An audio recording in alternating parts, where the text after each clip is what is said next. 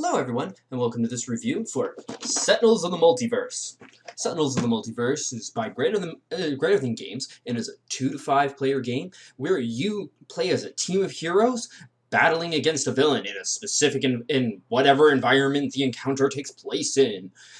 The game is a card game in which you have pre-built decks, no customization whatsoever within the decks themselves, no deck building, just here's the simplified decks.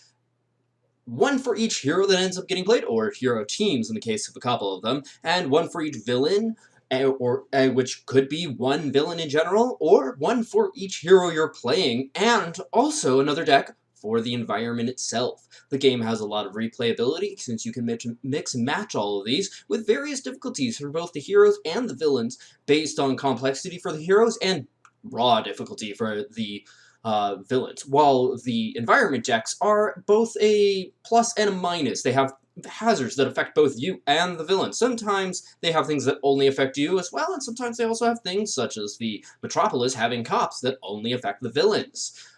The game itself generally takes about anywhere from half an hour to, unfortunately, sometimes 2 hours, depending on how it ends up turning out. The more players, the longer it will take. Generally, the game comes down to your tactics and capabilities, but some people do feel that the game is generally decided once you've picked what you're playing with and against. I agree with that in some cases, and in others, no. Generally, some villains are impossible to beat without certain types of heroes, be it a support or a tanky type of hero, and none of the heroes are actually labeled as such. You just learn what they do.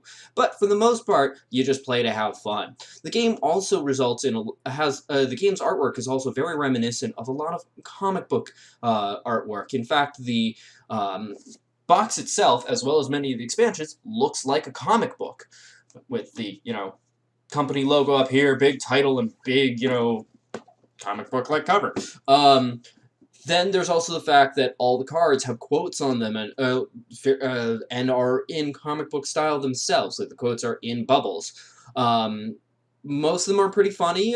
Some of them get in depth to the character. There is a story behind it, although very little of it is available. As the comic itself only has one issue that I recall. It might have more by now, and I hope that Greater Than Games puts out more. The game has many expansions, with the final one still on its way from Kickstarter, but it's not actually the final one for those of you that love the game. It's just the final one in the setting. The rest start to span out to the Mutants and Mastermind setting, which the first game of that is also in Kickstarter and is a separate standalone game. Also, some of the expansions do function as standalone games, but I don't recommend getting them as your first one alone. Multiples of them, or getting them, or just get the base game. Also, do not get the Vengeance expansion as your first expansion. It's a good expansion, but it doesn't add nearly as much variety, as while it says 5 villains, it's its first introduction of the villain team fight, and honestly, it means you're fighting that one team. It's just which members of it are you fighting. Now, as for who I recommend this game for. If you like comic book tropes, or be that the art style, the tropes themselves, or the theme, be it superhero or villains, or anti-heroes for that matter. Also, if you, and it doesn't have to necessarily be comic books, the things based off comic books, such as the movies and television shows, I would recommend this on theme alone. For people who want to play a simple deck builder, or a game that comes down more to planning, strategy, and teamwork, as this is a full co-op, then I also recommend this. If you are somebody who thinks this will come down to, and I recommend trying it to figure this out, thinks it will come down to what you pick defines the game, how it will go in most cases, don't get this because you will hate this, there's no question. Also, if you want any deck building capabilities, be it customization or a deck builder style game instead of preset decks, don't bother with this as well. It remains preset.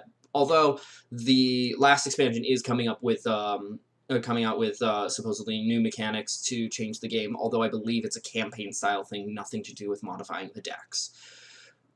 Alright everyone, that's it. Thank you for watching. If you enjoyed this video, please feel free to press the like button. If you think somebody else will enjoy it, feel free to press the share button. Or feel free to share it, I mean.